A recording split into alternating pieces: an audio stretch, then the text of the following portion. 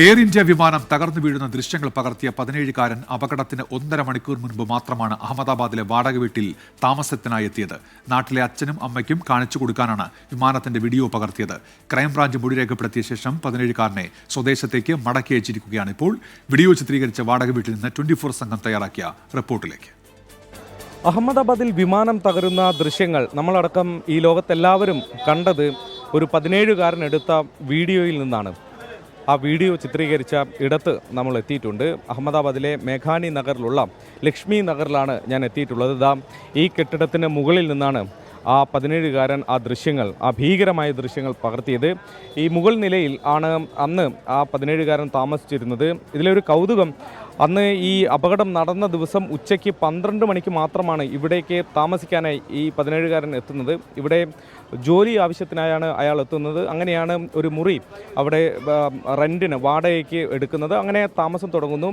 ഉച്ചയ്ക്ക് 1:30 ഈ വിമാനം വരുന്നതിൽ ഒരു കൗതുകം അയാൾക്ക് കാണും. കാരണം ആദ്യമായാണ് ഇങ്ങനെ ഒരു ഇടത്തേക്ക് വരുന്നത്. ഈ നാട്ടുകാരെ പോലെ ആവില്ല അദ്ദേഹത്തിന് ഈ വിമാനം കാണുമ്പോഴുള്ള കൗതുകം. ഏതായാലും ആ ദൃശ്യങ്ങൾ പകർത്തി, വിമാനം വരുന്ന ദൃശ്യങ്ങൾ പകർത്തി നാട്ടിലെ അമ്മയ്ക്കും അച്ഛനുമൊക്കെ കാണിച്ചു കൊടുക്കുകയായിരുന്നു അദ്ദേഹത്തിൻ്റെ ലക്ഷ്യം എന്നതാണ് നമ്മൾ മനസ്സിലാക്കുന്നത്. നമുക്ക് നാട്ടുകാരോട് കൂടി സംസാരിക്കാം. वो अकेला बच्चा था, काम के लिए आया था, वो काम करने के लिए आया था, फिर वो रुका ही नहीं, बेचारा चला गया घर अपने।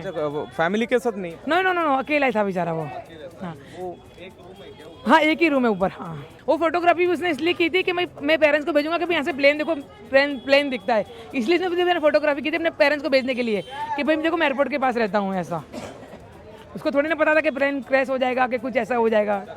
हाँ, इसके लिए तो हमेशा देखते रहता है। बचपन से शुरू से जाते हैं प्लेन तो हमारे पास एकदम बिल्कुल। ये नया इसलिए उसने पहली बार मतलब वो देखा कि प्लेन जा रहा है, मतलब फोटो खींचा बस, और कुछ नहीं था. ഏതായാലും 17-കാരൻ ഇപ്പോൾ ഈ വാടക വീട്ടിൽ ഇപ്പോൾ താമസിക്കുന്നില്ല. ഈ സംഭവത്തിന് ശേഷം ക്രൈംബ്രാഞ്ച് മൊഴി രേഖപ്പെടുത്തിയതിന് ശേഷം സ്വദേശത്തേക്ക് മടങ്ങാൻ ആവശ്യപ്പെട്ടു. തൽക്കാലം ഇവിടെ അദ്ദേഹമില്ല, അദ്ദേഹത്തിൻ്റെ സ്വദേശത്താണ് ഉള്ളത്. ഏതായാലും ഈ കേസിൽ നിർണായകമായ പ്രാഥമികമായ വിവരങ്ങൾ കിട്ടിയത് ഈ ദൃശ്യങ്ങളിലൂടെയാണ്. അതുകൊണ്ട് ഈ കേസിലെ പ്രധാനപ്പെട്ട ഒരു ഘടകമായി ആ വീഡിയോ മാറുകയും ചെയ്തു. അത് ചിത്രീകരിച്ചിടത്താണ് നമ്മൾ എത്തിയത്. വരുൺ വടശ്ശേരിക്കൊപ്പം അഹമ്മദാബാദിൽ നിന്നും ശ്രീനാഥ് ചന്ദ്രൻ, 24.